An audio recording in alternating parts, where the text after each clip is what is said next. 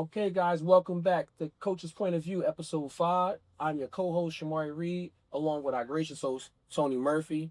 And today, we got a real special. That's the coach's point of view. That's the coach's point of view. That's the coach's point of view. That's the coach's point of view. That's the coach's point of view. That's the coach's point of view. That's the coach's point of view.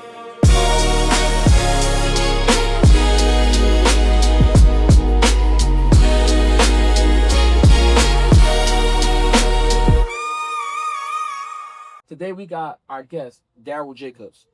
Darryl is a veteran college basketball analyst and commentator for ESPN Networks, CBS Networks, and NBA TV.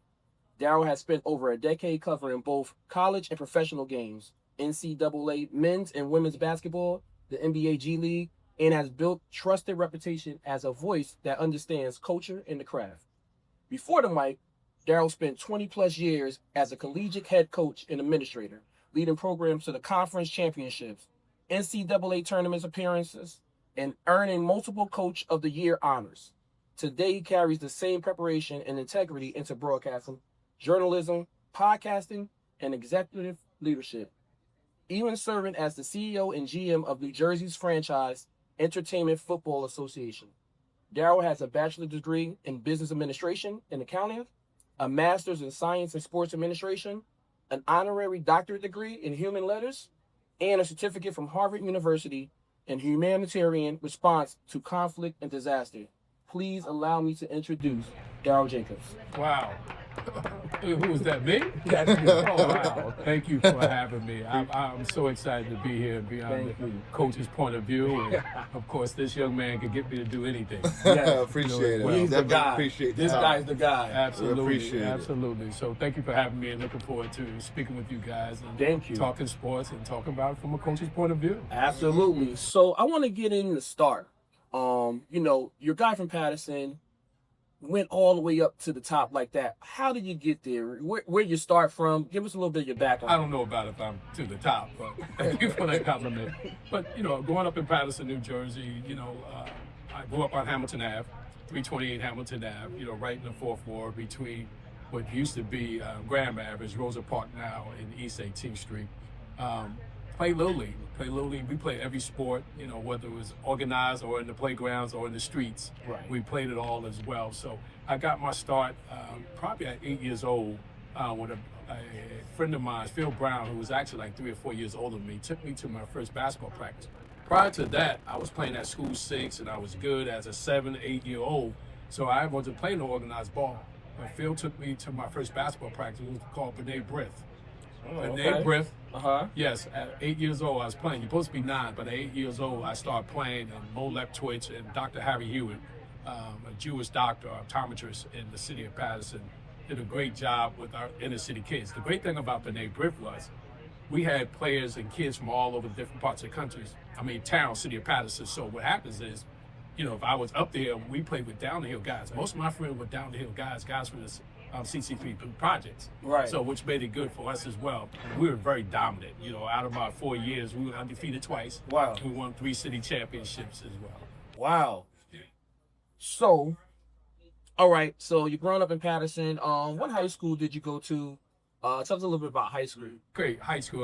When I left 7th and 8th grade, I played junior high basketball at Martin Luther King. Not School 30, Yeah. but Martin Luther King downtown when we were 7th and 8th grade. The great thing about Martin Luther King 7th and 8th grade, a lot of people from different parts of Patterson came together. Yeah. So now you got a chance when you was going to other parts of like School 13, when I graduated 6th grade, I come down the hill. But at the same time, I knew all the guys because I had played Little League with a lot Right, of them. So right. I played 7th and 8th grade there, did very well. So Don Bosco Tech was recruited me, as well as Patterson Catholic. So I decided to go to Patterson Catholic because we were living on 10th Avenue and 26th Street. Easier For me commute. to get into as well. So I went there my freshman year and played there, freshman and played JV as well. Okay. Freshman year. Okay. Yeah. All right. Then it was high school, North Carolina, which is the next step. Okay. I moved to North Carolina, right. I left Patterson Catholic my freshman year, went to North Carolina. Why North Carolina? Because I always wanted to play for Duke or North Carolina. University of North Carolina. What town was you in North Carolina? Rich Square, North Okay. Carolina. A lot of people from Patterson. Yeah. Rich Oh, Square yeah. as well. So I was able to go down there in North Carolina. I played basketball, baseball, and ran track. Okay. I didn't play football. Yeah. Because the reason why I never played high school football is everybody wanted know why. My mother did not want me to play. My mother went to Elizabeth City State Women's College, teacher college in North Carolina. She watched one of her classmates get killed playing football. So I never played football in high school. My high school teammates wonder why I decided to try out for college. My mother didn't know I tried out. When she found out, she was living I'm sure. at that time as well. So I played basketball, baseball, and ran track. But actually, baseball was my best sport. I did well in basketball, but baseball was my best sport. A lot of people don't know that as well. I had phenomenal in baseball. So after high school, I transitioned out. I went to Lewisburg Junior College. Okay. Lewisburg, great baseball program. People getting drafted, playing baseball. I also was part of the basketball scholarship. So I was on a dual scholarship. Wow. Playing basketball and baseball at Lewisburg. So during the fall ball, I was playing the fall ball, but at night before basketball practice started officially, I would play with the guys in the gym playing basketball because I was there on a dual scholarship. Broke my ankle playing basketball. Yeah, but God has a way of that. Broke my ankle. So I missed that whole year. Wow. So I was planning on returning to Lewisburg the following year, coming back to Patterson. Then, of course, I met Coach Baker. Okay. Changed my life. And actually, Jerry Wimbley introduced me to Coach Baker. Coach Baker saw me play. Said, hey, why don't you come down to PCC and play? And I was like, nah, you don't got baseball. Yeah. And all that stuff. He had such a great reputation. His father played for Coach Baker. My brother played for Coach Baker. All the guys I looked up to played for Coach Baker. Now, you've been hearing about Coach Baker over the years and all that stuff. I found out a hard way about why he was, the first practice was. So I decided to attend Passaic County Community College. My freshman year, we had a so-so team. I was averaging like 20-something points a game, but we won like maybe 10, 11 games. You see how he just said that, I was averaging like 20-something points a game, We wasn't winning. My goal was winning. So my next year, a lot of my high school teammates, a lot of my grammar school and Major League teammates had went off to college as well. So guys like John Tillman, late John Tillman, he went to Bryant, but he came back and played. I started recruiting these guys. That's how I knew I was going to be a coach as well. So I recruited him, David Moore. Okay. Is what Morris Bethune had played at Georgia State Division I, but he transferred back in. Noah-Dean Edwards, he went to Delaware State. He came back as well, and a guy named Kurt Solomon who played at Passaic High, as well. So it was like 6 of us in there. Was a guy named Marvin Fields from South Carolina who played for me my freshman year. He was a view for South Carolina. So we made up the core, the 7 to 8 guys that played the following year. We started off with 15-0. We was ranked like 2nd in the country. Dang. We ran into a team called Westchester. Okay. And they had a guy named Darryl Arnold, who ended up playing at Texas A&M.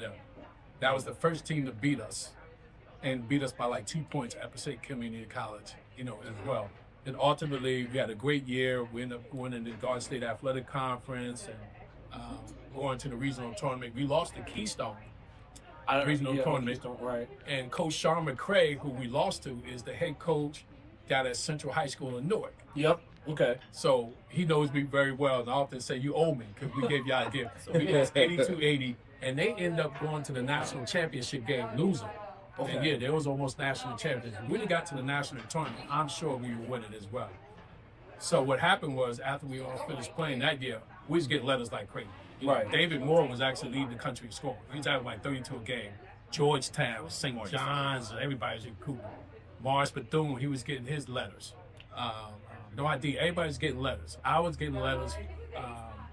2 Division I schools recruited me. Wagner and Central Connecticut. Okay. State. They didn't have football. For some reason, I wanted to play football.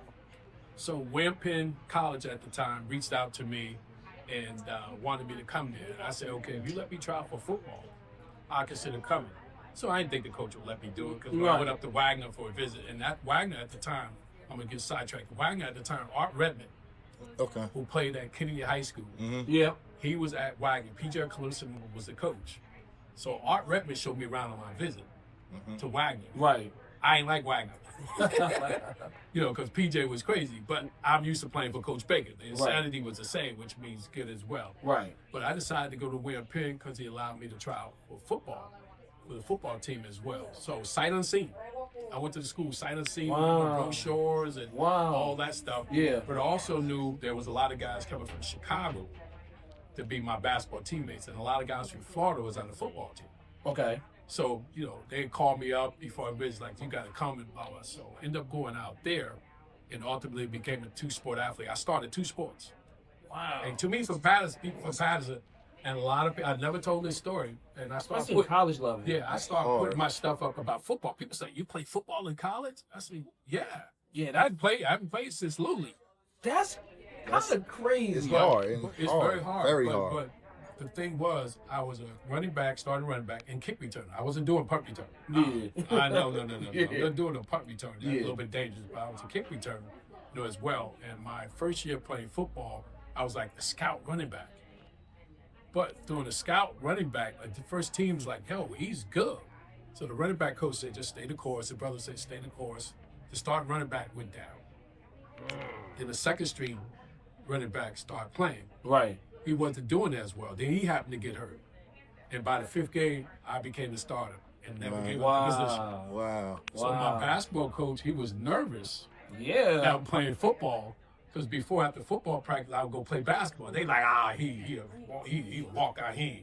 And I'm right in there. Right. All of a sudden, when I became the starter, DJ, get out of the gym. You can't play basketball no more. But I was in basketball shape. So basketball shape is different from football shape. Yeah. And people never wonder why I get tired. So when you tackle me, I go back to the huddle. I don't recover. Yeah.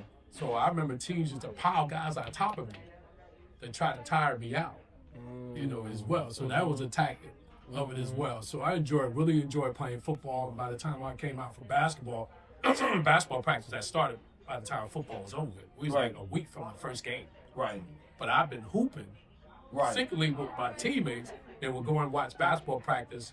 Even though I wasn't supposed to be out there in practice, I wasn't playing. I was watching the plays and all that stuff. Luckily, I had a good IQ. Right. And I was able to get in there and play right away. And by the 5th game, I was starting point guard. Wow. So we talking about kids. Pay attention. We're talking about y'all having the discipline enough to play at a high level for one sport. This is a man that's telling you he did that for 2 sports. So things are possible. And the academic part. And the academic part. But here's the thing about being in Iowa. It was nothing to do.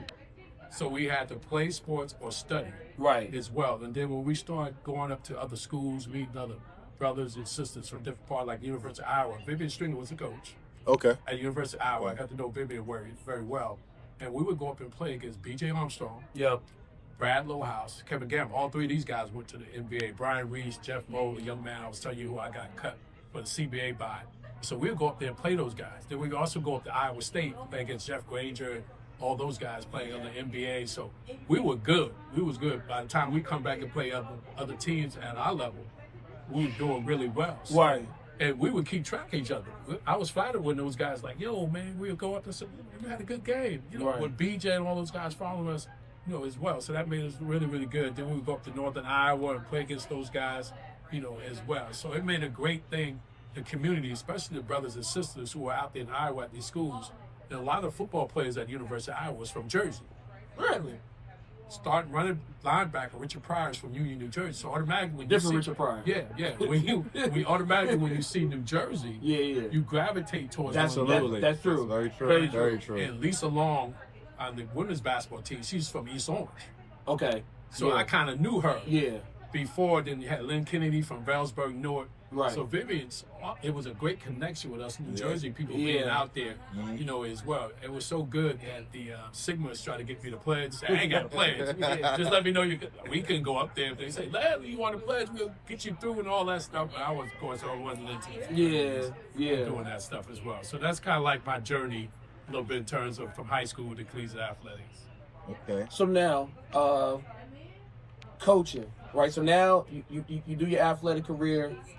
What made you decide, like, you know what, I think I'm not done with this thing. I'm not done with this sports thing yet. I want to rebrand myself and now get into coaching. I wouldn't say rebrand myself. I was telling him the story before I went to play overseas. I got cut from the CBA. Okay. And I was going to make the team. I was telling him, this is the first time I knew about politics. I got invited to see Rapid Bullets, which is the CBA equivalent to the NBA G League today. So what happened was, I'm trying out, make it through the first cut, make it through the second cut. So now we down to 15 guys, Right. as well. And now there's only going to be 12 guys. So after the following day, they cut 2 more. Now it's like 13 guys left. And after that practice, the coach said, listen, you're going to be on the team. Blah, blah, congratulations. So I'm like, oh, man, I'll play in the CBA. Right. What? Right. My people back home ain't going to believe I'm in the CBA. That same day, the Utah Jazz released a guy named Jeff Moe, who played at the University of Iowa. Jeff wasn't a point guard, but he had a big reputation Okay. in the state of Iowa. Okay. So I remember the assistant coach coming to my hotel room and said, unfortunately, we got to let you go because Jeff Moe just got cut from the Jazz. And he's a big name in the state of Iowa. Yeah. That's the first time. You understand the politics. Oh, I knew about the politics. Yeah. But I said, damn, I got cut. So I'm thinking they're going to call me back, whatever the case may be. So at that time, that's how I first got into coaching. At William Penn, my head coach said, hey, I want you to be my JV coach and serve under varsity as assistant varsity coach. So I became the head JV coach, playing against junior colleges as well. And what happened was, by the Christmas break, we was like 8-4. We had beat junior college like Mobley and all that stuff. Right. And I said, yeah, I'm a coach right there. I already knew I was going to be a coach and I could be pretty good at it as well. Then ultimately, and as I was telling Tony, during that time I got cut, like in late September, early October, alumni basketball player who I didn't play with came back to the school to work out and play. Right. And after we worked out and played, he said, hey, man, you're good. Would you like to play pro ball? I said, sure. He said, think about South America. Like two weeks later or something like that, he said, we think we're going to bring you down as well. So by the end of December, he had called me and said, hey, we want to sign you, bring you down. Some people reached out to me. I was happy. Right. I regret going because it was the worst experience I ever had because South America, it was like playing at Montgomery Park. I was telling them it was no different level. The basketball pro level was not up there where it was at. Right. A lot of people you see overseas sometimes averaging 30, 40 a game. Yeah. And you look at the film, you're like, oh man, this is not good. Yeah. So I'm down there killing them and all that stuff. I said, listen, man, I got to leave because I was not happy and the money was funny and getting sick and all that stuff. So ultimately, after 2 months, I left. Came back to Patterson, New Jersey. About a month later, I get a call from a team in Argentina. Now, at the time, Argentina was below Brazil in level play, but Argentina was a little bit more organized with the professional level than Brazil was. So I said, okay, let me go down and play in a tournament. A lot of people don't realize in foreign countries, sometimes you don't play a full season. You play what they call tournaments. Yeah. Different segments of I the never league. knew that. Okay. Yeah, absolutely. So I went down to Argentina. It was first month into the tournament, and I played for like 2 months. Okay. Did well, came back, we started getting calls from other places. And I researched, I'm like, I'm not going there. Yeah. I'm not going to play there. It's not even worth playing. And a lot of people go overseas and play just to say they play pro ball. Yeah. But you're not making no money. Yeah. You're at a deficit. Very true. And all that stuff. But I was like, oh no, I'm not going to do that. Yeah, very true. Then I get a call from a team in Brazil. Wait. It was like a 3-month tournament, a little bit. So I said, okay, I'll go down there. And when I landed in Brazil, beautiful place on the beach and all that kind of stuff. Now, at the time, you're allowed to carry 2 Americans in the team, so you got to perform. Really? Why is that? It was the way down there. They wanted to bring their natural citizens in, the English people to play as well, because they're going to bring in the crowd. Okay.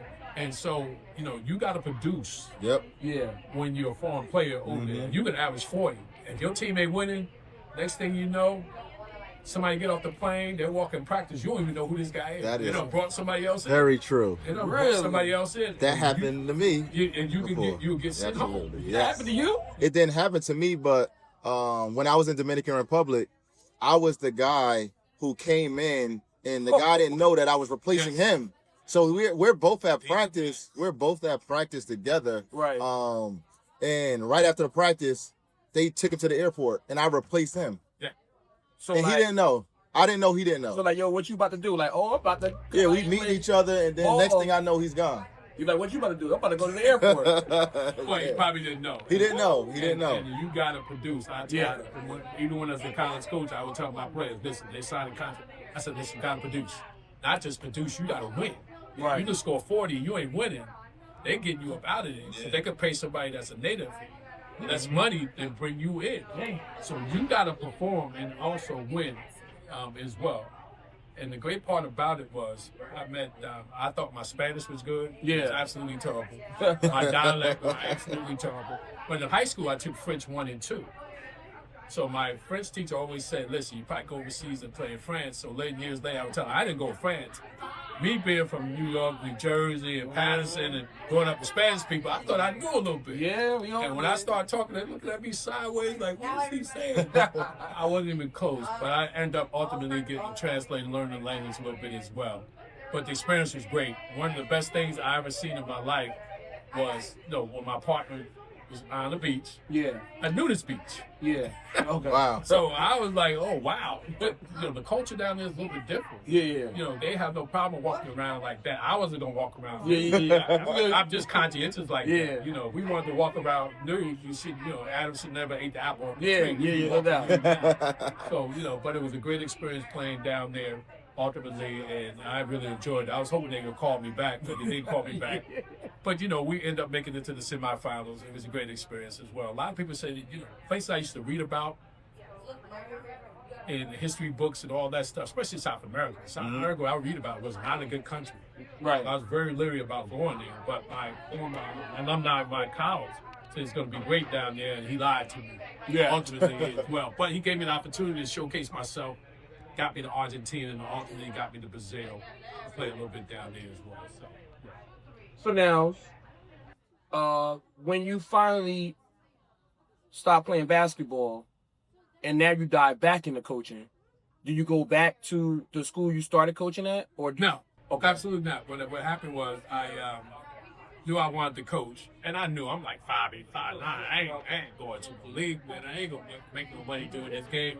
And, I ain't gonna play at the upper level. And I was hoping the CBA team would give me a call back or see the route soon, but they never did. So what I did was the USPF, Connecticut Skyhawks, had a trial. Okay. So I would play with a lot of guys in New York at the time, whether it was West 4th Street League, same tournaments, I would play with guys in New York. But shout out to New York City basketball players. Yes, who sir. gave me a lot of love, both as a player and college coach. Yep. Nate Archibald, the Okay. head coach of the Connecticut Skyhawks. Johnny Mathis, who I got to know, he was the head coach at John F. Kennedy High School in the Bronx, New York. And Okay. at the time, I really got to know him as well. He invited me up to a track, and I did very well and all that stuff. Then I got a high ankle sprain. If you ever have a high ankle sprain, it takes you out for about 4 to 6 weeks. And at the time, they have the trainers. Yeah. I'm back at home rehabbing, so they said, no, we're going to make it an alternate. I said, okay, Coach Matt, they make it alternate, and no problem. Alternate means if somebody leaves, and the USBL at the time, and people don't realize USBL, Spud Webb played in USBL. Okay. New Ball played in USBL. And at the time, that was a summer program. Right. Not the CBs, a little bit jump off. And Quan Johnson Okay. played the Pennsylvania Valley Dogs. Okay. And Quan Johnson is one of the all-time lead scorers in USBL for Patterson East High. Wow. Marshall Greer.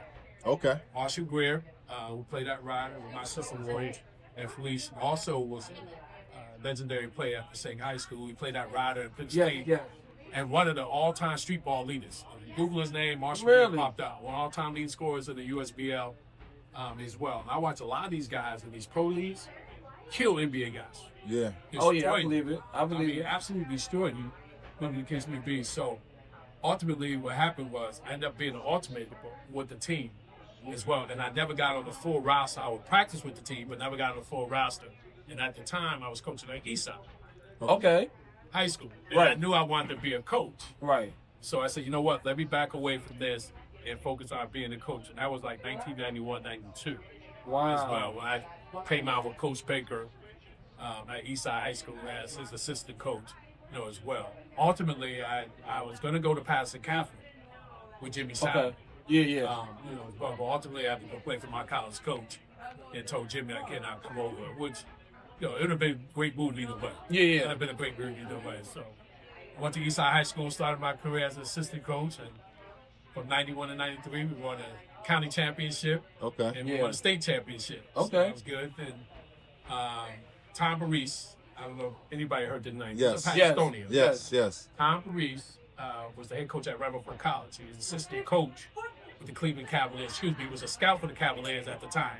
So Mike Fratello, Dominic Pelosi, Ron Rothstein, Hubie Brown. This is all in the connection. as So, well. good name. Richard Adebayo, who just passed away, rest in peace, Coach Adebayo. These are all NBA guys. Yeah. Right. So I said, I'm crazy if I would take this job at Rebel College. Yeah. And now that started my segue into college coaches. So I became assistant coach. I left Eastside, became assistant coach at Rebel College under Tom Reese, who ultimately stayed an NBA scout, became the head coach of the Nets Yes. for a little while as well. He's a Pakistanian. A lot of people don't know I didn't know that. Yes. Okay. Yes. And, you know, because of Hubie Brown and Dominic Pelosi, Roy Sproul got to Villanova. Yeah. And that's all the connection. Roy Sproul played for Hubie Brown and the Atlanta Hawks. That's all that connection. How Roy really got integrated into the NBA because Wow. like a family. I didn't know. Right. As well. So I became part of that tree, which served me well in terms of the X and O's and all that stuff that I learned to make me a successful coach. So that started my segue into college basketball. Yeah. From 91, 93, I was at Eastside. In 1994, I took an assistant coaching job, my first college job at Rebel College. Wow. How was the transition different from Eastside to Ramapo College? Well, in college detail, I was with Tom Reese, who was an NBA scout for the Cavaliers. So details, learning the game, scouting reports, strategies, and all that stuff, I learned from him. He was my foundation of knowing the game, learning the game, watching film, Yeah. and all this stuff. Even with Coach Baker. Coach Baker's not a big film guy. Yeah, no, I know. Scouting reports. I know, yep. So I remember when Kawhi Johnson, my first year, Kawhi Johnson, we had a phenomenal team. Satini Moody, we had a great team. Oh, really? Oh yeah, we He played? we oh Yeah, he was a good player. yeah, he did. Oh yeah, he's a good Yeah. player. He ended up playing He played football at football. Pitt. He Yeah. played football at Pitt, but he was a great athlete. Yeah. Okay. So and Henry Baker, and there was like sophomores, Kawhi Moody, there was sophomores under them. So we had Son Davis, Sean Fields. We had a great team, man. Keyshawn Lau. We had a tough team. I can remember going to see Trenton play. In Trenton, I went to see him play at the old Uppsala College. Great arena. I remember seeing them play because I knew we had them coming up Right. and down the road. They were good. So as we go in and play Trenton, I said, Coach, that's Scouting. He said, yeah. I said, Coach, they're very good. Right. They're very good. So he let me go through scouting report. Thank God he did. We played him a close game. We'd have got blowed out. Yeah. Played, but Trent ended up going 30-1. Dang. We ended up going in the state championship. We won the sectional. Okay. We lost to Irvington in overtime to go to the final four, Q4 championship that year. We won the county game. We had a great team that particular year. Okay. You know, as well. But Coach Baker let me start doing a lot of scouting. So now I would come to practice, Coach, what you got? And I was doing scouting reports on people. So I was kind of hurting myself in terms because I learned that in college as a player. Scouting reports, paying attention to details. Well, So tell Coach 'em. Baker allowed me my career to really position myself to do that. So when I got to the college level, I was already good at that kind of stuff as well. Right. Tom Reese just took me to another level. Yeah. Right. As well. I tell them that all the time. So now that's what I'm bringing to high school because in college you got to watch so much film. Oh, absolutely. It's so detail oriented. Absolutely. So you know we have our Huddle account where we make them watch film Absolutely. because it's at the end of the day it's still part of the game. You got the physical part, but now that off the court part of just studying and just like being in the classroom with your grades. You need that, and that's very important, especially when you get to the next level. Not with that next level. Synergy is the best platform. NBA is right. It can break down everything about you. Yes. Your strengths, your weaknesses, your team strengths and weaknesses, how often you start the offense on this side of the floor, that side of the floor. Yeah. All the analytics and not only analytics, advanced analytics, you know, field goal efficiency, which is incorporation, 3-point shooting percentage. Right. It breaks it, man. Listen, if you ain't ready, it's pretty much like if you have a great game against me tonight and I got you coming up in 2 weeks, Yeah. you got to do something different against my team. Yeah. I'm not going to let you do what you did. did, I go, yeah. absolutely. And players don't realize that. You have a great game against somebody tonight, the next opponent seeing that on film, going to break it down, going to take everything away from you, going to make you do different things as well. That's why your game's got to be diverse. Sometimes you're going to say, okay, I ain't got to score tonight. They doubling me. Go to your teammate. Hey, it's your night. You got to open it up for me. Yeah. And you got to keep feeding off that as well. So you got to incorporate your teammates into some of that strategy. Right. And they're going to key off certain guys. Say if a guy comes in, he can't shoot. And I've been a coach that say, you know what, let him shoot. Right. And the guy could be wide open. Like, why is he wide open? We want him to shoot. We Yeah. don't want these other 4 guys to Shoot, right. We dare you to shoot. You're right. And if we see in college or pro, sometimes some guys can be wide open, Yep. especially in the NBA. Right. Will not shoot. Yeah. Yeah. Drop down, bigs off of patrolling the lane. Let them shoot out. Yeah. Absolutely, because it's got to be important on that a person can't shoot. And I like what Murph be kind of trying to train our players now. He's kind of trying to train them for not just being successful in high school, right? To be successful for the next level. I don't think that they understand why he stressed film so much. And I don't think they understand how to break it down. I think they just like, all right, coach want me to watch film. I'm watching it, and they're watching it, but they're not taking it in and then taking the necessary information and breaking it down. They just like, all right, I saw that. Yeah, coach, I saw that. And then they're just showing up. Yeah, I had to show them what I mean because it's a difference. A lot of times they just watch film just to watch themselves. Yeah. And they watch everything that they watch did all the well, good stuff, right? watch all the good stuff. So I break down all the bad stuff. Like a film session can be 2 hours and we're only in the first 5 minutes of the game. That's how it was at Norfolk State with Coach Freeman. That's how I started watching film with Coach Freeman. We can be in a film session for 3 hours, Right. and we did not get out the first half yet. So it's just details that you break down and you see yourself on film. So it's never, coach, I did do that. On film, we always say that film don't lie. Right, absolutely. Film don't lie. And sometimes with athletes today, their attention span is not good. And you got to know your players. Sometimes their attention span, some people drift and don't want to pay attention to it. Like you said, sometimes they watch the film just to watch what they do. Absolutely. So sometimes you got to compliment them on the good plays. To Yeah, keep yeah, them engaged Yep. You keep on them the bad engaged. stuff. So Right. like, Yeah. when I was a college coach, and my players love me for this. They used to love me. They say, okay, it's humble pie, like Bill Belichick said. Yeah. Even though we won, Yeah. I'm going to humble you. Yeah. Yeah. Because I'm thinking at the next level, the next game, because we play an upper echelon team, Right. we're going to be able to get away with some of this stuff as well. Yeah. Yeah. And when your players start to buy into it, like, yeah, that's a good play. Oh, coach, I see what you talked about. Yeah, I'm going to get there next time Yep. as well. Yep. And Yeah. sometimes you show a team. I film practice, too. Yeah. I film Yep. practice all the time. Yeah. I want them to Yeah, he see does some too. of the practice, Yeah. and we'll break it down with the practices as well. Yeah. I remember I told Tim Thomas one time, I said, Tim, for the Knicks, I think he's playing like 30 minutes today. I remember telling him, I said, Tim, let's break down your minutes at 6 5-minute intervals. Okay. I said, if you score 4 points and get 2 rebounds every 6 minutes, I said, you kicking. I said, how much would you average? You thought about it. I said, you average 24 and 20. Mm-hmm. Yeah. Great numbers. That's all-star. Yeah. What the 6 minutes, analytics you breakdown. can't score 2 baskets. Can't score 2 baskets every 6 minutes. You can't get 2 rebounds every 6 minutes, especially when they jack it up in the NBA. Yeah. Yeah. Can't get in 6 minutes. And I remember him saying, Coach, I never thought about that. And this is way before analytics, but that's how I analyze the game. Yeah.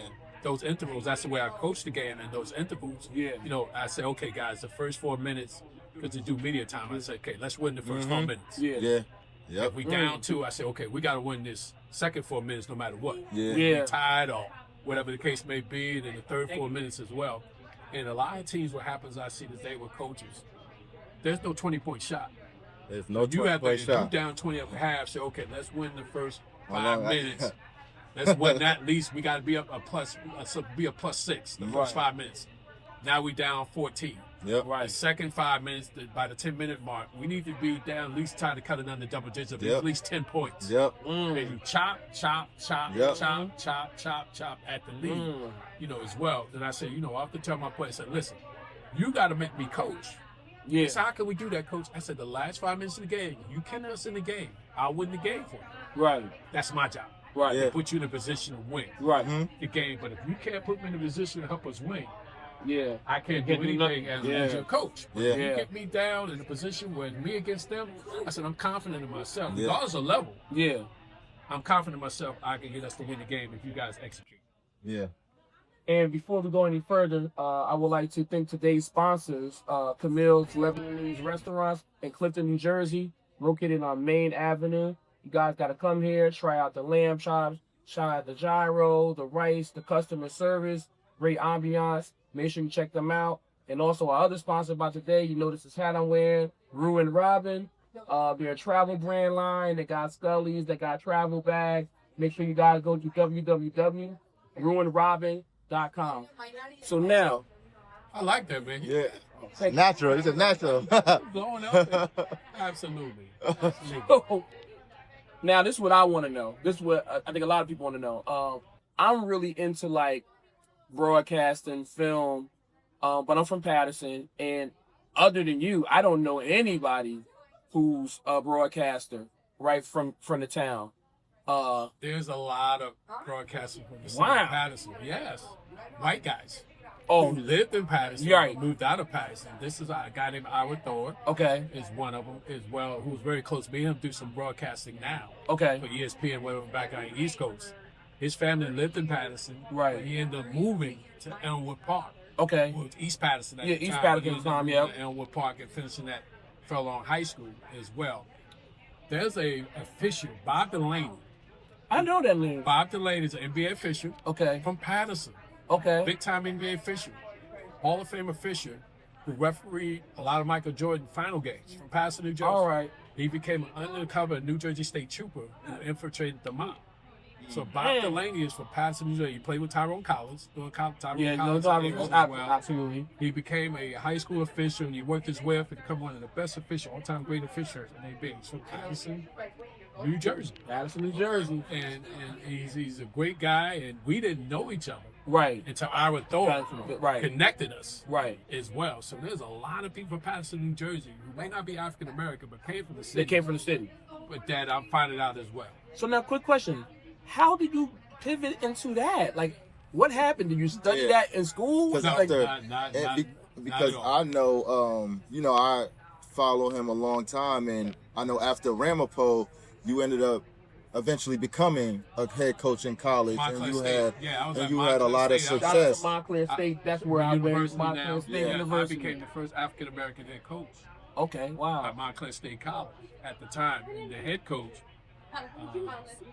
Nick Del Tufo, great man, and I love him to death.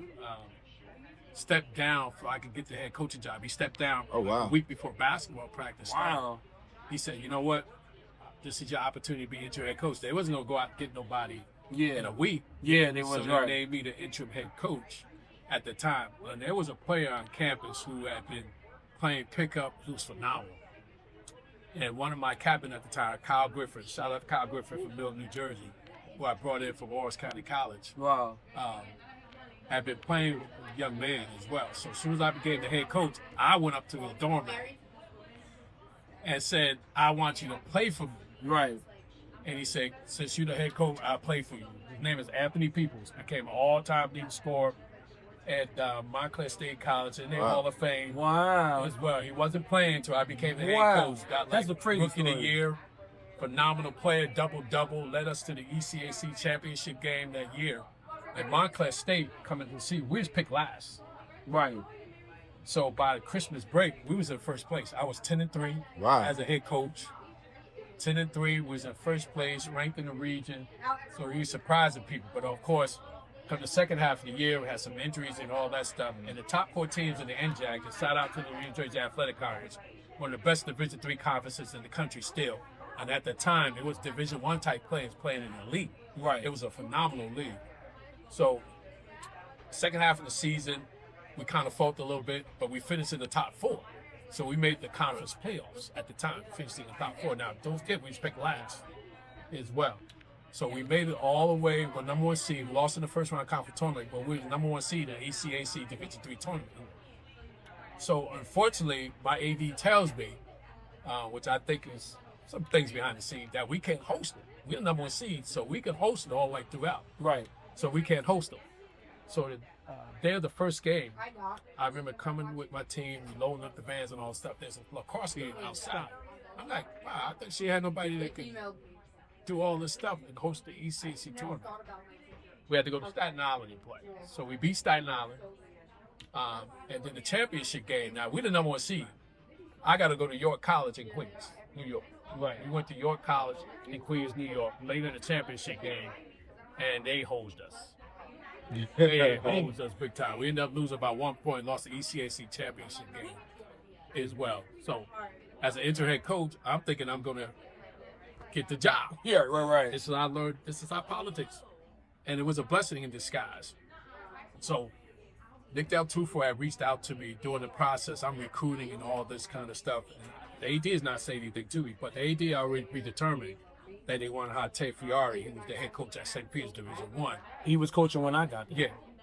He was best friends with the associate AD husband. So the fix was already in, no matter what I did. Okay. Yeah. So they wasn't saying nothing to me. I remember the AD interviewing me. I'm bringing all my notes. He talked to me for like 10 minutes. Yeah. So I knew the fix was You know in. what? Yeah. But Nick Del Tufo had told me, he said, listen, they don't want to tell you that I'm going to get the job because they don't want you to go to call it NAACP and all that stuff. So ultimately, I kind of knew going into it. So finally, when they made the decision, my players wasn't happy. Nobody was really happy for it. And the NAACP did call me and say, hey, do you want? I said, no. Yeah. Because that ruined my coaching career at a young age. Yeah. So I said, okay, no problem. So here I am, taking the team to the ECAC championship game, out of a job, coaching, politics. Yeah. God works in mysterious ways. We had played Lehman College that year, beat about 52 points. So the AD over there knew I became a free agent. He reached out to me and said, would you like to become the head coach at Lehman College in the Bronx, New York? I said, yes. Yeah. No problem. Yeah. And luckily, I didn't stay at Montclair because I never would have got to Felice and D2 and continue. Yeah. So God worked in mysterious ways with it as well. So I ended up going to Lehman College in the Bronx, New York for 2 years and won the Hudson Valley Conference Championship 2 years. Coach of the Year 2 years. And ultimately, my second year, 1999-2000, we scrimmaged Felicia. This is how God is working. I tell you. God be working. My freshman coach at Patterson Catholic was the head coach at Felicia. Yes, Wow. and we scrimmaged there. Wow. And I remember telling him, I said, I would love to be the head coach over here Right. at Felicia. Yeah. Following year, they needed a full-time coach. He couldn't take it full-time because he's making a lot of money Yeah. doing what he's doing. At the time, I was working for Valley National Bank doing mortgages over my territory. And I took a pay cut to become the full-time head coach at Felicia College, like $35,000. I didn't care how much money it was. Yeah. I'm a full-time coach, so we would transition from NAIA to Division II Yeah. at that time as well. So I became the head. Same school I said, following you, I wouldn't mind being the head coach. I became the head coach in 2000 then. Now, quick, I want to. And he recommended me. I want to get into that. You took a pay cut. Yes. I can relate to this, and most people can't. Did you have already a vision for where you were going? The reason why you took this pay cut? But you know what? I wasn't even thinking about the money, so to speak, because at Lehman College, I was a part-time head coach. At Montclair State, I was a part-time head coach. At Ramapo College, part-time head coach. This is my first time full-time coaching job. Okay. So I didn't care about the money. Right. Because I knew one day if you be good at your craft and you got to fast, the money will come. Right. And I never thought about the money. Really, I never thought about the money because I made a career out of something I would do for free. Yeah. So I never had a job. Yeah. And I tell people that all the time as well. So ultimately, when I got there for $35,000, ultimately they increased me over Yeah, the of course. years because I was doing such a great job. I also was running the athletic facilities. Yeah. Got the intramural programs and all that stuff. And that helped me with my administrative role later as a college administrator as well, doing all those different tasks as well at Felicia. Your first championship at I remember I would say Clark Atlanta. Oh. So I don't know if a lot of people don't know. So I get out of school, I go to the NBA D League. The NBA D League situation doesn't work out. They're starting a league based in Atlanta. Right. Coach Jacobs is down there, right?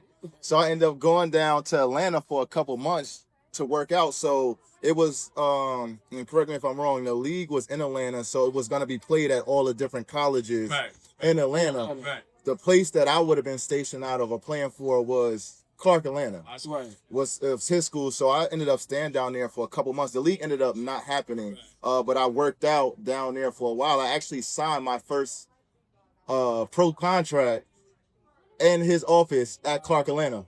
That's when I signed to go to Portugal. Wow. Yeah, just History working. right there. That's Yeah. family. Yeah. So, Yeah. It's amazing how the Lord works in mysterious ways. Right. You know, it allowed me to go to Clark Atlanta schools like that. You know, building Felicia. Yeah. I remember going out to Felicia. People like, that's all women's college. You know, they like, why I want to go there? I said, well, it's better to be around soft legs all day than hard legs all day.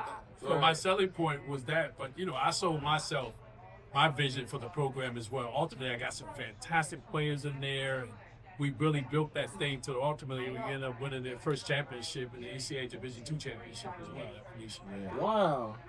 So now is that?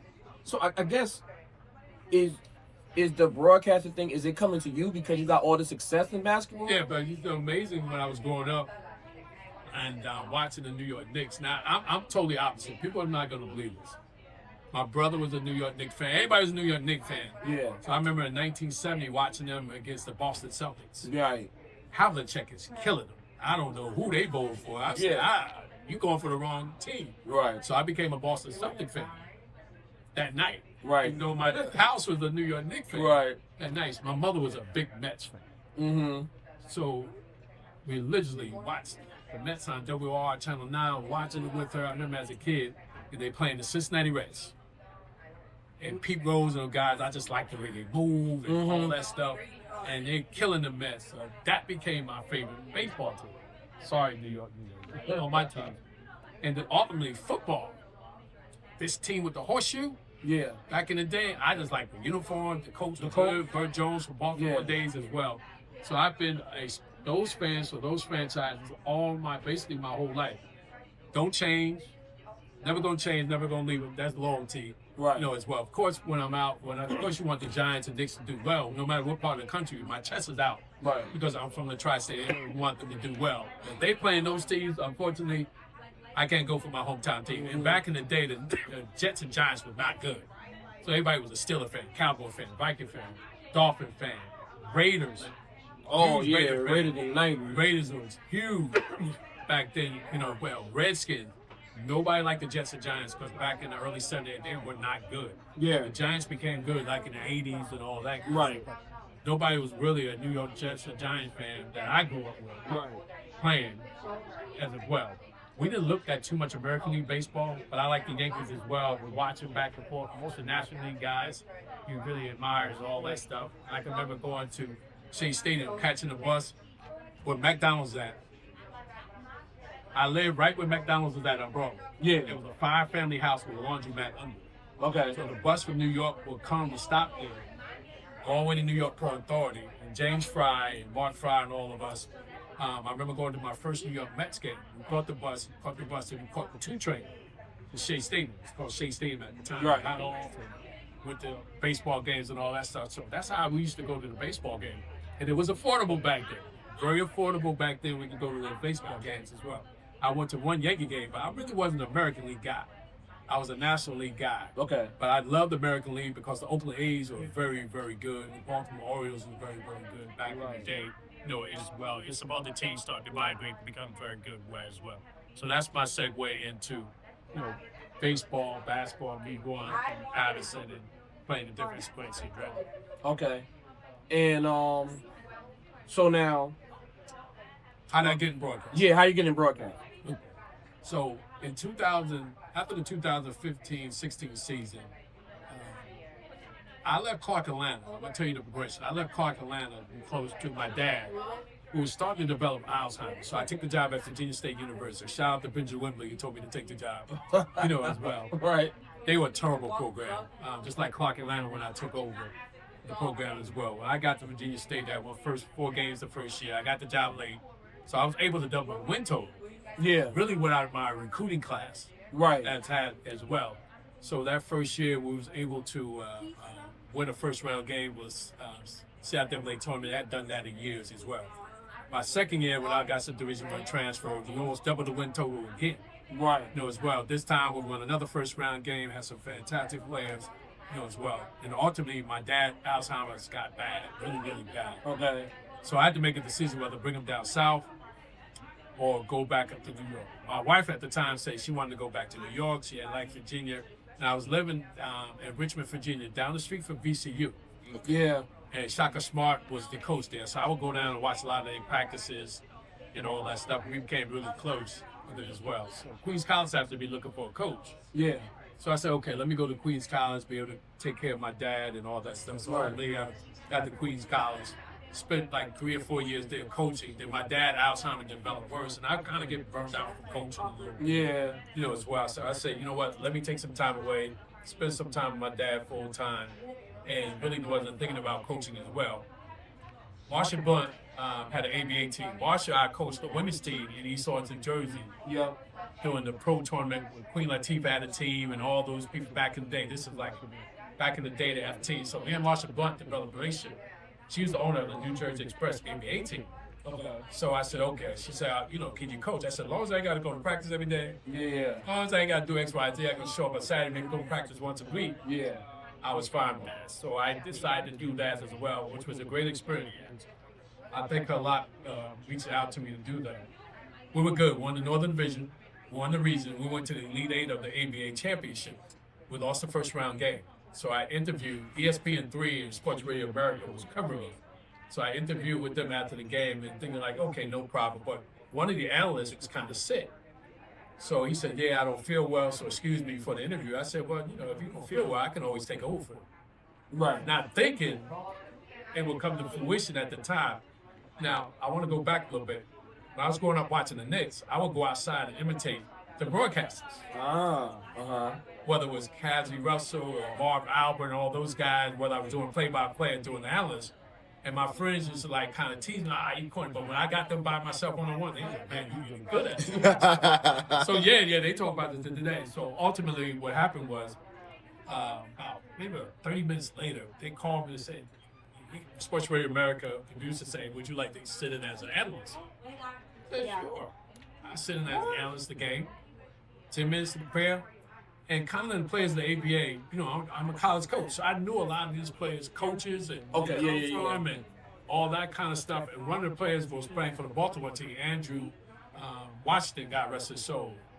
I coached him at the University of Delaware. So I kind of knew a lot of these players playing at the time. So after the first game, I'm thinking it's over with, all that stuff. They said, hey, we want you to sit in the second game. In the second game, thinking of going back to the hotel. Now, this was in Texas. I think we're going to go back to the hotel. I'm ready to get up out of here. Yeah. And go back. I get a call that night from the ESPN guy. Say, hey, how would you like to finish out the championships for us on ESPN through that? Finish the championships out. Thinking it was over with, whatever the case may be. Like maybe a month later, I get a call and say, hey, how would you like to do Division I games for ESPN? I said, sure. I'm not thinking I'm going to do this. Right. God worked in mysterious ways. I guess When I was doing it as a kid, Yep. he was preparing me. Yep. And plus, I know the game of basketball, how I broke it down on Sports Radio America. I was given analytics, doing stats. So that segued me into work with ESPN and doing Division I basketball games. Wow. And this was like back in 2016 and 17. That's when I started. Wow. What are the tools that make up a great commentary? Well, it all depends. You got play-by-play guys who got to talk about the action, got to get some data on players. More so, the analyst gives more the data and statistic part. That's what I'm more into because I think people understand it. And then when I give the statistic and make a point, when I shout out statistic, I'm going to reference something back to it in terms of what I'm trying to talk about on the board as well. There's a big difference in broadcasting radio and TV. Right. Radio, you got to paint the picture. Yeah. Right. And sometimes when you work with a radio guy, he talks too much. Okay. And sometimes during timeouts, I'm like, dude, that one, they see it. Yeah. You really ain't got to talk about it. Yeah. You know, as well. So you got to make that transition. On the radio, I got to get more descriptive of my analytics and my analysts as I'm analyzing the game to paint the picture a little bit. Right. You know, if I say, you know, if I see it on TV, I don't have to tell them he shot from the right side of the floor. Right. I'll be like, oh, that's a great catch and shoot. Yeah, But on the got it. radio, I'm just like, that was a nice catch and shoot for the right side of the floor. So you got side. to describe it a little bit different. Got you. You know, as well, there's a big difference Detail. as well. And what happens is, Thank you. some commentators, everybody has different style. You know, Yeah. and there's a difference between play-by-play analysts, and difference in the analyst and the play-by-play guy, you know, as well. They do the action, they call up and down the floor a little bit, and they come to me for the expert analysis and situations and all that stuff.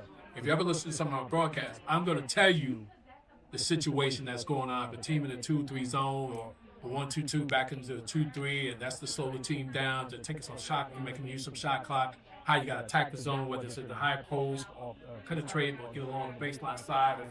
I'll tell you all that stuff and describe it, as well. And as soon as it happens, I'll be like, there it is, or get catch, that's a nice way to run the play.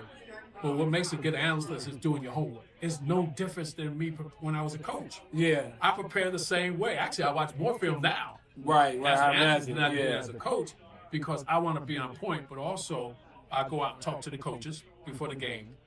Also, I talk to the players sometimes before the game as well. So behind the scenes, people don't realize how much work it is. Yeah. And how much you got to be. Now, my notes, I maybe use about 10% of my notes. I can have notes.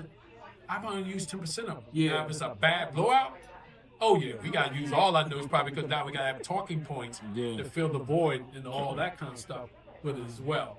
But what makes a good analyst is depending on your voice, your delivery, how you explain the game, how you talk the game, as well. And you get a lot of people say, they're terrible analysts. I'm sitting there like, man, they're doing a great job telling you the game, explaining it to you, and some people so into tone. I've seen guys with great tone don't know nothing. Yeah. Ain't talking about nothing, as well. So, you got to be on point, but also it's about your delivery and understanding your role and being able to articulate that vision you want people to get across so they can understand exactly what you're talking about. Now, my guy, Coach Murphy here, originally when he was thinking of this podcast, I was trying to be a behind the scenes, help him become a producer, really, right? And you're doing a great job, host. Thank you. Don't fool yourself. Thank you.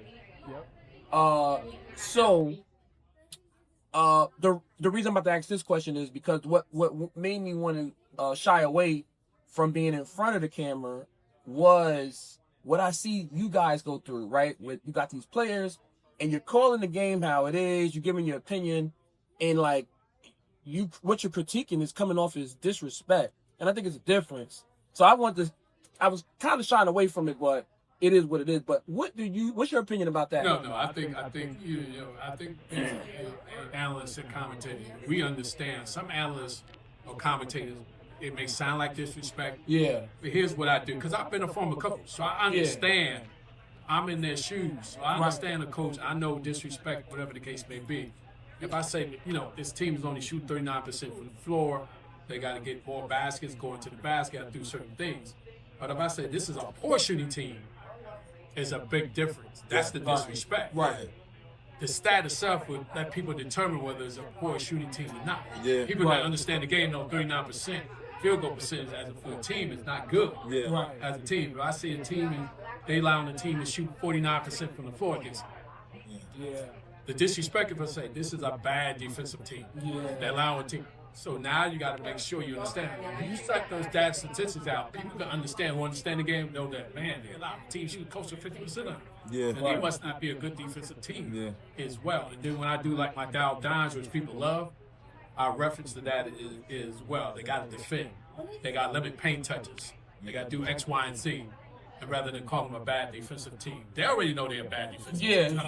So I would tell them, but I would never disrespect anybody, any player like that, because that's not good. You don't have to do that. Yeah, you don't have to do that. Just to rewind back.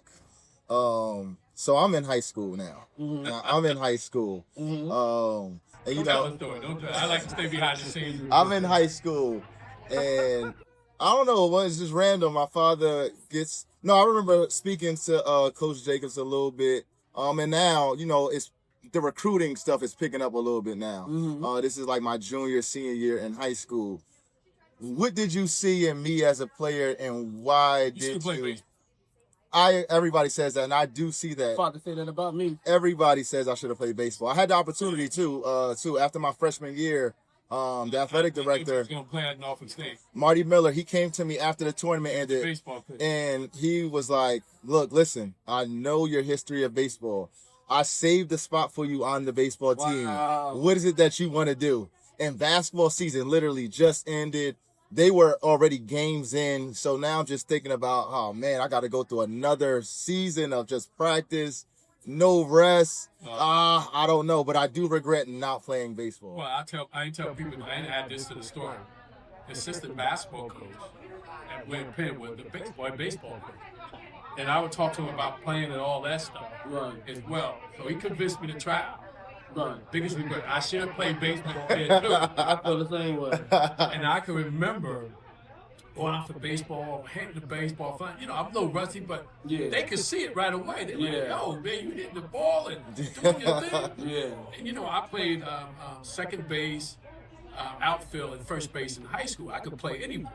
So, you know, I remember being out there for like a week. I remember Coach Mike Laird, shout out to Coach Mike Laird, come to me and said, listen, you're going to be on this team. He said, you're going to have to wait a little bit. And, you know, I got people in front of you, but he said, actually, you're probably a little bit better than these guys once you keep playing. Yeah. You know, in Rich Square, North Carolina, I was getting to high school because I would play with the town baseball team with men. I'm in high school playing with men, so when I got to play with high school guys, I was pretty good. So I can remember my boys, teammates, football bats, they going on weekends going away and spring break and all that stuff. And I was like, man, I don't want to do this, man. I need a break. Yeah, that's how I felt like I needed a break. Basketball, I was like, man, I need a break. And I said, I remember going to him and said, Coach, I don't want to do it. I said, I want to have my leisure time. I played 2 sports, and I just didn't want to do it. I regret it. Absolutely. And we was getting guys drafted like crazy. Absolutely. And I remember Terry Williams, God rest his soul, San Diego, California, was on the baseball team. I remember him coming to me and said, hey, man, you should play, man. You're pretty good. Cause, you know, I used to talk. I just thought you was talking until I got out there. And Terry would come back to the guys and brothers like, yo, DJ could play baseball. It was like he cared. I said, I said, it's probably my best sport. A lot of us, I should have definitely. I should have stuck with it. And I don't regret coming to Passaic County Community College playing for Coach Baker. But sometimes I think about that. I went to Lewisburg. I might have got drafted because Otis Nixon played for the Yankees. He came from Lewisburg. A lot of guys, man. But me thinking basketball and same. being from Patterson and all that stuff, basketball, same. And you know, baseball back then wasn't really as sexy as that was my thoughts. When you come to Patterson, you know, I went to high school enough class. You didn't really know my background. Playing basketball. You're right. Right. And let alone when I got to college and tried out for football, it was like, man, you play football? But I wasn't even the best athlete for Patterson. It was guys that were better athletes than me. So if I could do it, you know, shout out to Danny Singletary. You know, as well. Ron Coach at Eastside High School, arguably to me, probably one of the top 3 athletes ever to come out of the city of Patterson. Danny was a phenomenal athlete. Compton State played basketball in their Hall of Fame, played baseball, was drafted by the Arizona. Compton State, phenomenal athlete. A lot of people don't know that. In Patterson, there's a lot of talent. People also talk about Eastside and Kennedy. He has some great players from Don Bosco Tech. Shout out to Passaic County Tech. Phenomenal players. I played with a guy named Eric Riggins who played at Rutgers. Averaged 24.3 points a game his senior year at Rutgers. Drafted by the Philadelphia 76ers. Wow. From Patterson. People don't talk about it. Nobody talks about it. You know, as well. Nobody talks about it. Tony Davis. Tony Davis, people know about. Well, Tony ended up going to Voorhees, NAIA Division I. Led the nation in scoring, All-American. You know about phenomenal player. You know, a lot of people don't know a lot of players in the past, but they started in college. Ron Austin, senior. I played. Boys just say, "Oh, he was phenomenal." You don't know his history. You played with the Bulls, I believe. Originally. A lot of people do not know his history. You know, Derek Lamar and Art Redmond and all the guys from Kennedy, Don Bosco Tech, whether it was Anthony Golden, the White Wilbur, everybody knows the White Wilbur, but also a lot of other players that came behind these guys. And you know, Passaic County Tech had Jim Lampley went to Passaic County Tech, played in the NBA. Really? In Passaic County Tech High School. You know, Tech High School. A lot of people don't know that. I didn't know that. So I'm privileged to see the 60s, 70s, 80s, 90s, 2000s. Because I'm a college coach and I know the history. So when you see stuff on social media, you be like, You know, they don't know. They have no idea about the other eras, how Yeah. good these guys were Mhm. back in the early 70s. You know, Bosco Bell, Jerry Waller, Jerry Waller was a fantastic player. Your father actually followed them. Mhm. Yeah. Bosco Bell played at Seagull. Yeah. Phenomenal player. I remember Bosco Bell. He was playing South Carolina, U.S. South Carolina. Mike Dunleavy, who had a great NBA career as a player and ended up being a coach in the NBA. Bosco Bell destroyed him. Watching on TV, ultimately Bosco Bell, unfortunately, got caught up and didn't finish that Seagull. Bosco Bell was a phenomenal Yeah. player. Now, What did speaking of that, what did you see in me around that time, especially when it came to recruiting? Because, like I said, people don't know that you were behind the scenes with my recruiting. So what was it that you saw in me, and what made you, recommend Norfolk State? Well, I actually recommend a couple schools. Fordham. I reached out to Fordham. Darryl was going to come get you in Atlantic 10. But Anthony Evans, Anthony Evans was my guy. Okay. So Coach Evans. Shout out to Coach Evans. Yeah, shout out to Coach Evans, who's at UMass. And I ended up going to Norfolk State.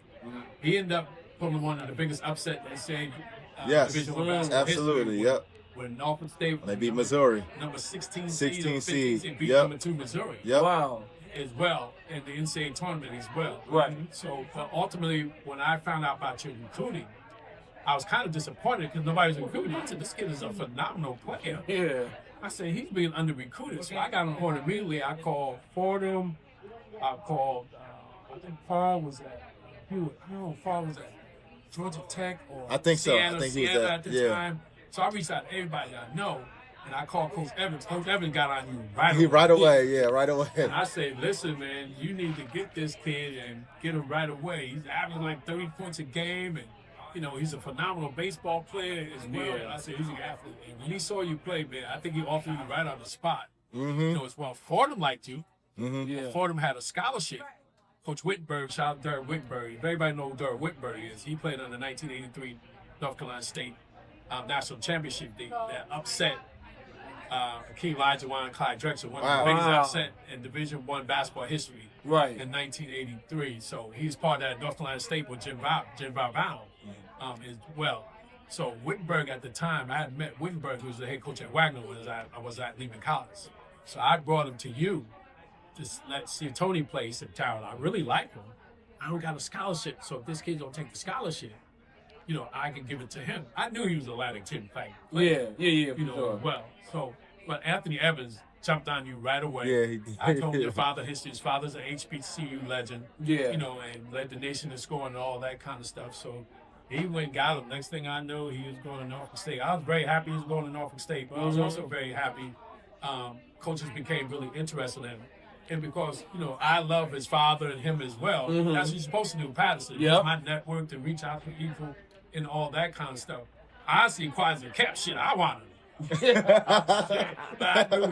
I knew he was above my level. But at Division II at the time, but I said, shit, I want this kid, man. He'd be phenomenal. Yeah. Basketball player, but I always thought he was a high major player. Yeah. And I had the body size. I mean, people at that size had that kind of size. Yeah. Body and all that stuff. Ultimately, he became bigger and stronger. Yeah. As well. So, shout out to Coach Evans and Yeah, shout out to State Coach for giving us Evans. a man. Yeah, absolutely. Shout out to He Coach became all-time Evans. Division I. He was at Norfolk State. Yeah. I go down there, his picture all over the place. and him and Aldebon Thomas, God rest his soul. Yes, I recommend Aldebon Thomas to go down there. Yeah. As well. But when I go down there and visit, the coach down there, Coach Rob, and see his name all up in there, and it makes me smile. Yeah, it was. Quick story time. So I just had the opportunity to come from down there. I actually was there 3 days ago. So I was doing, I do like some management stuff and I do some marketing stuff. And I was working with the group Blackstreet. Shout out to group Blackstreet. And they were doing a press run in Virginia. And one of our stops was Norfolk State. So we went. Don't Charleston still live down there? He don't live down there anymore, but the studio is down there. But 2 members do live down here. So we stopped at Norfolk State, and I'm like, wow, okay, this is cool. I'm at, my partner's alma mater. I got a chance to really quickly go in the gym, and his stuff is still hanging up. It was a young kid, and I want to check your juice, right? So it was a young kid that graduated like recently. He was actually one of the camera guys.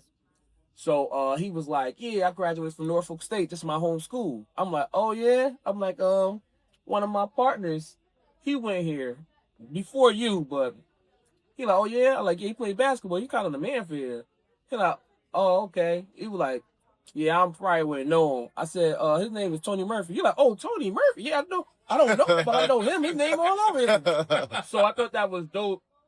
I think it's dope when you really, make a name for yourself somewhere where it can stand the test of time and any generation understand that somebody that never met this guy knew what his name meant and representing. So he not just talking crap, guys. Like I went down there, I saw with my own eyes the other day, Wednesday. Did you tell about your 43-point game? Not really. We didn't go into detail about it. We didn't go into detail about it. But it's for just the players who watch. Every high school player, and we hear it all the time. Everybody has aspirations of playing at the next level. Yeah. But they don't put the time or they don't put the work in. What did you see? Just from me. And how did you feel I was going to make that transition to the next level? Well, that was easy. Your attitude, your work ethic, your pedigree was more fucked up. Also, you had a basketball eye, too. You was coachable. Yeah. And I knew you could go to any environment and deal with coach. You played for Coach Baker. Coach Baker. I remember my coach out in Iowa, when I first started practicing with him, I remember he called me to his office. I thought I did something wrong. He said, man, anybody else? You got guys, anybody else like you from out there? Because Coach Baker, you got to work hard, lose. That's the way we was coached. Right. Play. He's like, man, anybody else like you? I said, man, I ain't even the best player. Yeah. On my junior college team. Now, these guys want the exterior at the books. Yeah. Oh, man. Yeah. I know. I was a limit, but I was flattered. Yeah. He said, you know what? Any guys like you work hard, we'll run through a wall, and you do X, Y, and Z because that's the way we was coached. Right. Do that as well. And I knew you coming from Coach Baker and playing for the coach at Norfolk State.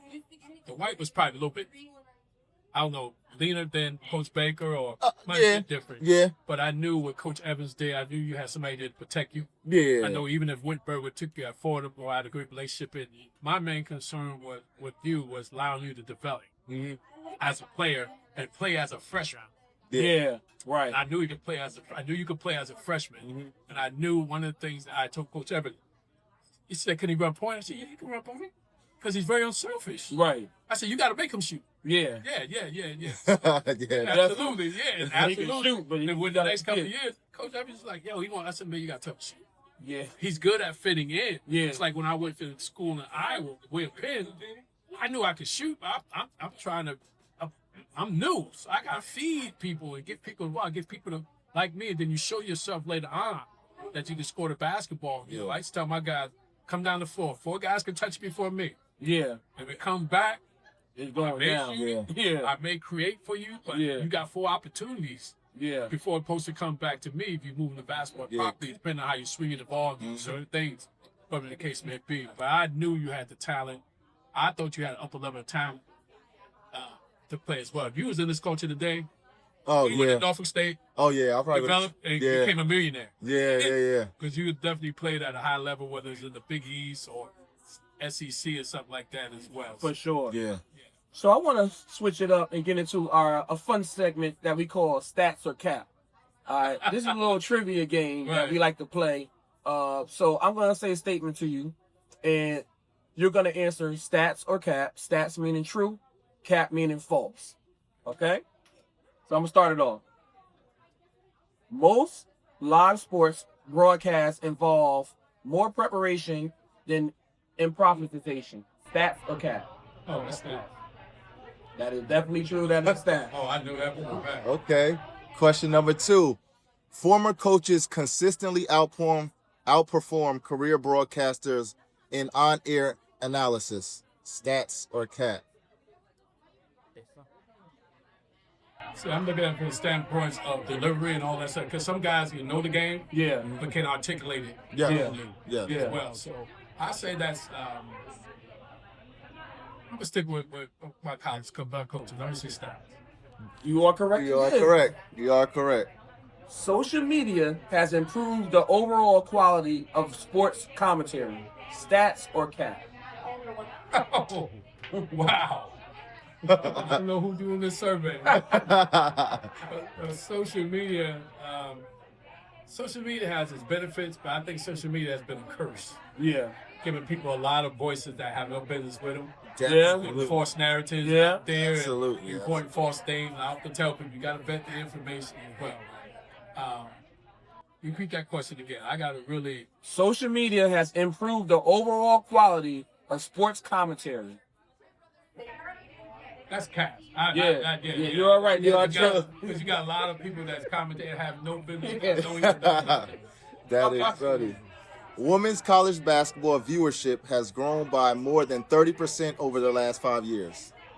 Oh, that's definitely stats. I agree. Yeah. Okay. You 4 for 4 so far. 4 for 4. You read the next one. Okay, most fans prefer hot takes over thoughtful technical analysis. Stats or Oh, cash? that's stats. Yeah. Most people. They got that as false. They got false. that as cat. Okay. Now, you said most people prefer fans about hot takes over. Over thoughtful analysis. I feel like I thought that would be that would stats too. Yeah, because they love a hot take. Yeah, they love hot takes. rather They don't than- want to listen to those. Yeah. Yeah. I They thought. get bored with it. I thought so I'm too. kind of surprised at that. Yeah, me too. That's what the computer said. Okay. Sometimes AI could be wrong. AI can be AI wrong. depends on who they got it from. 'Cause, you know, Yeah. I do a lot of stuff with AI companies. Yep. Yeah. Watch games. Yep. To let them critique whether it's true Yep. or false and analysis. I get paid to do that. Yep. Okay. So if you don't got the right people give you the information, you get answers just like that. And that is true. It's been some times where I corrected AI. I'm like, no, this is this, and they're like, you are correct. Good Yeah, catch. yeah, yeah. Like, so Yeah. we gonna go with stats on that one. We gonna put, if you put stats under there, we gonna change that up. You ever watch Family Feud Yeah. Yeah. and see the survey? Yeah. Yes.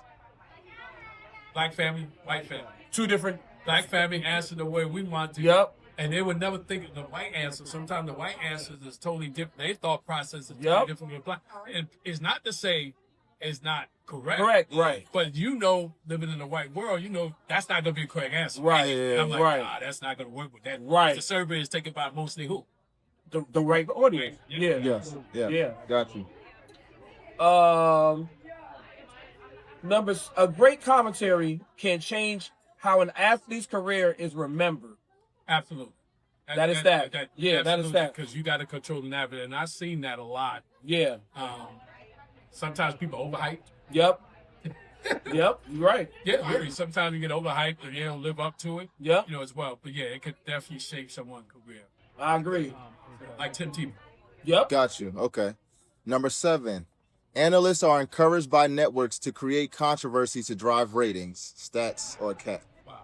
I'm bad on that. Well, it all depends. I'll say in today's culture, I think that's stats. Okay. And I think because, so, too. because you want to create controversy to get the viewership. The viewership, yep. back there.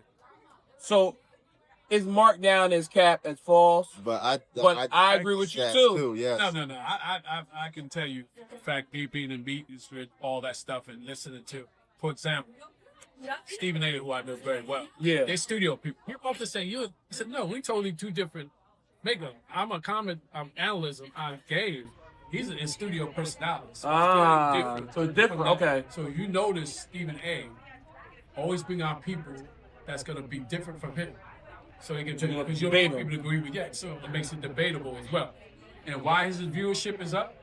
Because he always Controversy. Yeah, whether controversy. it's the political side of Right. saying stuff as well. You know controversy. That's sales as well. That's why he got that big contract. Yes, he did. ESPN. Yeah. That's why he's continuing to get the endorsement as well. Some people call him a sellout or whatever the case may be. But I do see his point sometimes because he's looking at it objectively. from Yeah, both yeah, for sides. sure. But some people are so closed-minded, they don't see it that way as well. They see it as a sellout. Now, he regrets some of the things he was saying about Yeah, I American can- players in the past. Right. Just to sell and defeat controversy and all that kind of stuff. So that's something he has to come to grips with. Right. And he don't apologize to a lot of people behind the scenes. A lot of people don't realize. He I'm sure. apologize to a lot of players behind the scenes as well. Shout out to ESPN. You know, coach's point of view. We accepted all kind of sponsorship stuff. Athletes today are more brand aware than any previous generation. No question. That's a Yes. damn. NIL, right? With Yeah. everything going on. Okay.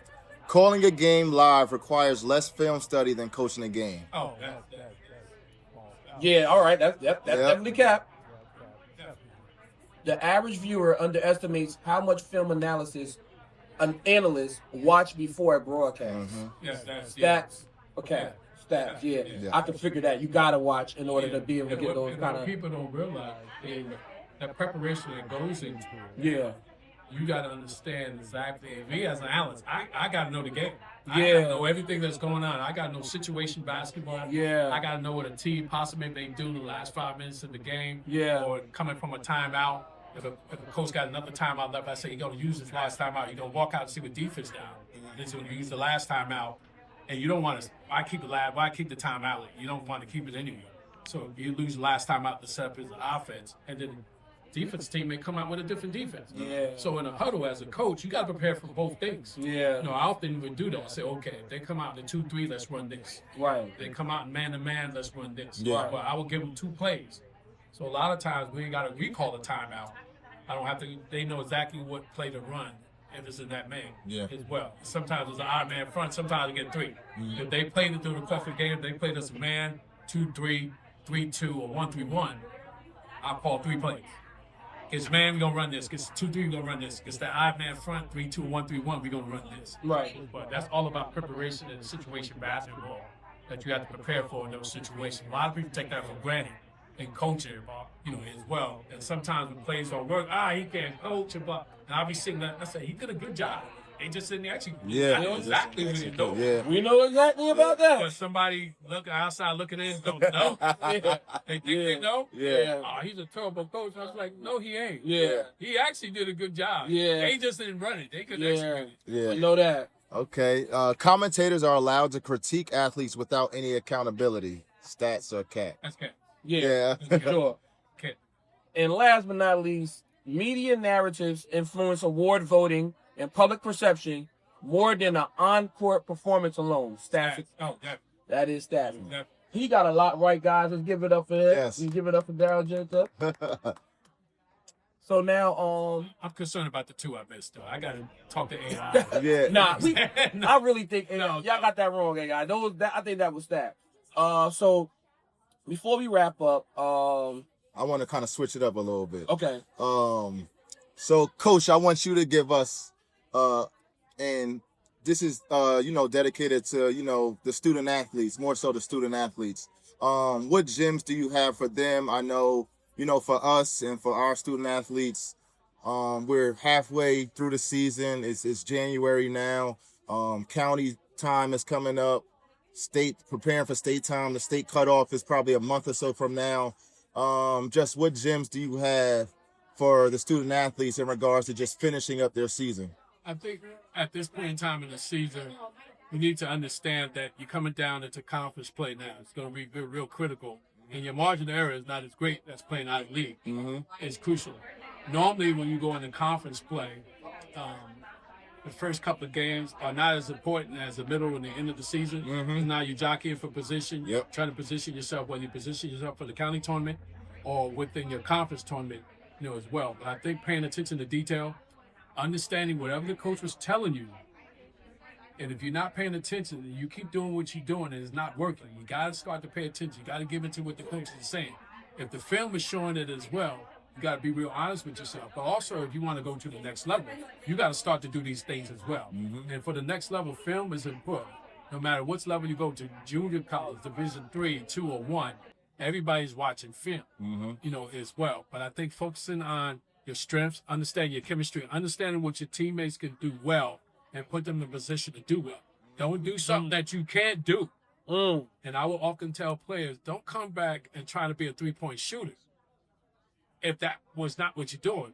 I ain't got time to experiment with you during the season.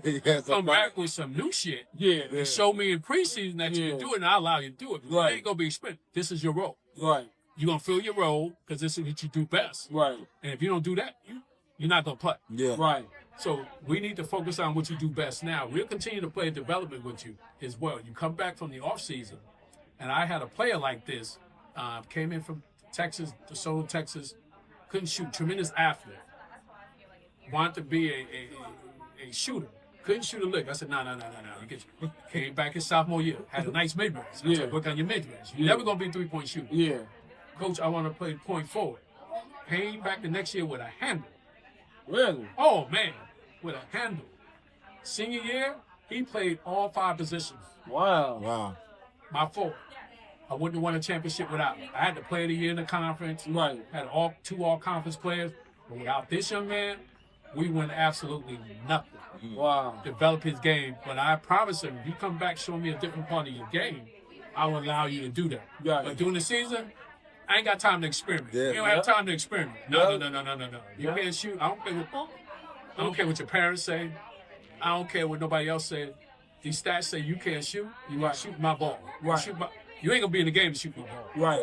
If you do this, you'll stay on the floor for me. Right. And luckily I played to buy into it. They came back with different parts of the game and started to develop parts of the game. I'm like, okay, now you can do that this year. I have no problem with you doing it. You show me you can do it as well. So I think that's important. Don't do something outside of what you can do. Play to your strengths, not your weaknesses. Listen to the coach and develop the chemistry that you need and buy into the system and pay attention to the scouting reports and pay attention to detail. And you can go a long way preparing yourself, not only to win this year, but win at the next level. Mm-hmm. So, with that being said, we'd like to thank again our important special guest, Darryl Jacobs, for coming here and giving us his time. Shout out to our host, Tony Murphy, and the co-host, Shamari Reed. The Coach's Point of View, Episode 5. YouTube land. See you later. Shot by G. Shot by G. That's the coach's point of view. That's the coach's point of view. That's the coach's point of view. That's the coach's point of view. That's the coach's point of view. That's the coach's point of view. That's the coach's point of view.